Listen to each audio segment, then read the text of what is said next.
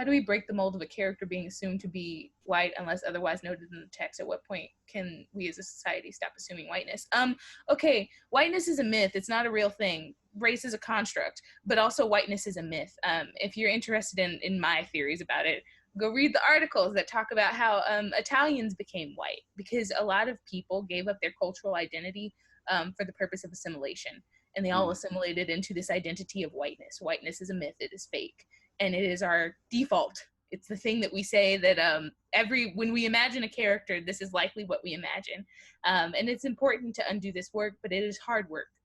If you look at the recent studies that are coming out, they're saying that like babies as young as 6 are showing, as young as 6 months old, are showing bias against people of different colors. And it's hard, and it's going to take a lot of time to undo all of the things that we've done. But the work is in reading the text. The text is the thing. The word is always the thing. And if the text doesn't say that this person has to be white, why are we dictating that? Why are we making that decision? What about this character says that they have to be white? What about this character says that they have to be tall? What about this character says that they have to be short or fat or slim? What about this character says these things? I think that a lot of the time we allow New York to dictate things. We allow New York and Chicago and like pre-Broadway houses and pre-Broadway states, tryout towns to dictate what we do, and they shouldn't dictate it. Your community should dictate it. Your community should dictate what the people on your stage looks like. Like, we talk a lot about Spring Awakening, because you go see Spring Awakening and almost always you see one person of color and it's always the same character. It's the character that Lilli Cooper originated, because she did it already. So because we know that this exists, this is the thing that we can do. But like, what would it look like to have an entire cast of Spring Awakening that mirrored your actual community's demographics? What would it look like?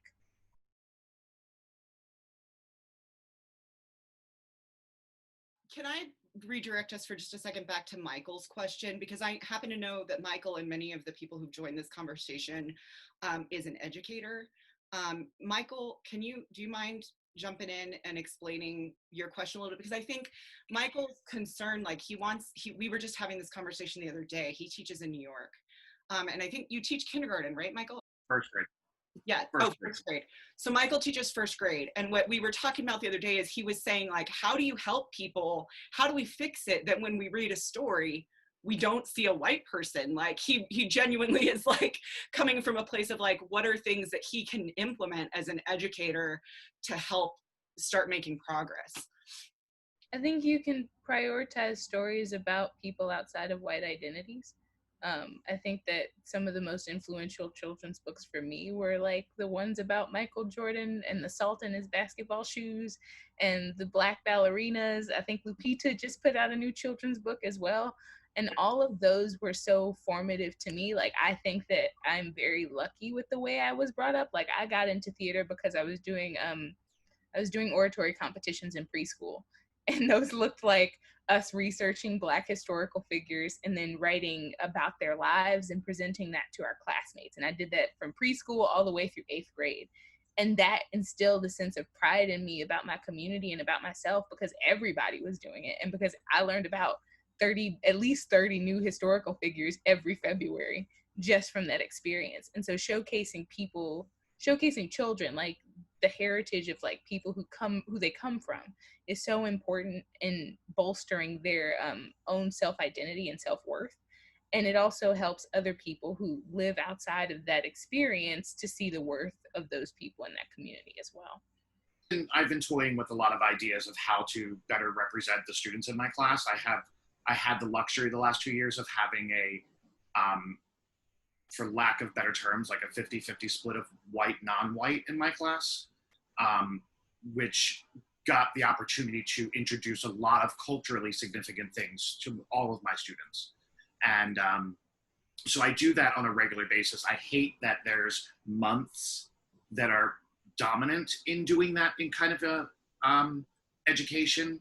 I try and like incorporate it throughout the year, but the reality is, in a lot of children's books or a lot of books written for children, there's so little representation. Mm-hmm. And it's just right now at this time starting to really amp up in terms of representation of people of color and of the LGBTQ community.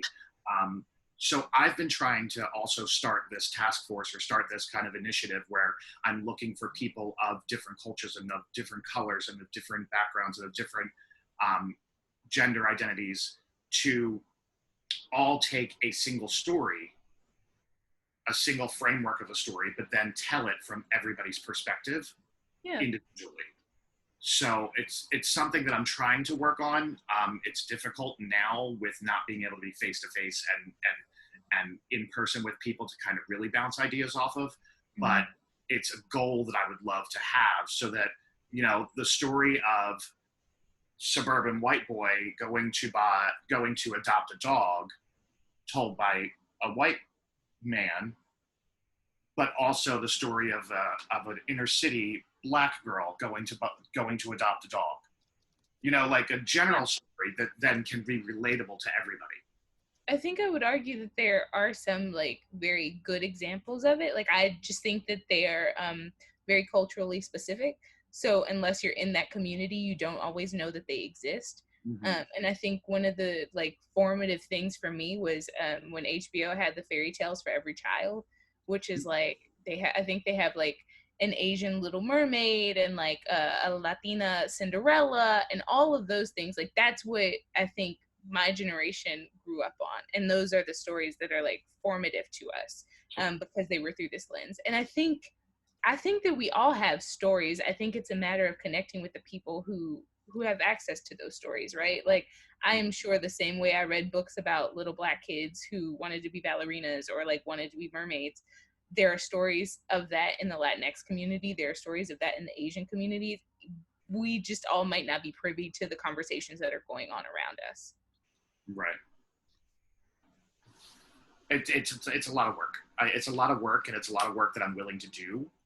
I'm constantly trying to update the information that I have and to ensure that I'm allowing ensure that representation is happening within my classroom. So I'm constantly listening and constantly hearing and constantly trying to better myself, but also, and I'm not trying to pat myself on the back here, but also try and like tap into those resources to allow for appropriate representation.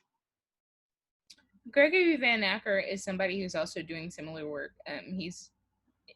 I believe he's Indian American, and he also teaches younger students. And so like during pandemic, he created a whole fairy tale series via Zoom that I thought was really engaging, and he got a lot of his friends of color because he also is a musical theater composer, and he started doing the work that way, which I thought was really interesting. So I hear you. It's a lot of work, and in a lot of ways we're working against current structures, and we're working against organizational structures that are intended to help teachers. And so it's like, how do I put everything into a thing? How do I move everything into this microcosm of time that I have and still get all of the curriculum that's required of me by administration? What do I do? So I hear you. Yeah. I appreciate that you and Justin, for example, who are here as excellent models of people in other larger communities, are putting your pronouns next to your name. And I should have done that. It's being in these smaller communities, we don't even encounter that way of thinking or what the justification behind those ways of thinking, you know, we just don't experience it. And so I think it's a lot of it is not just giving lip service to these things, but really trying to move things forward, even just in our own small actions that are unspoken a lot of the time.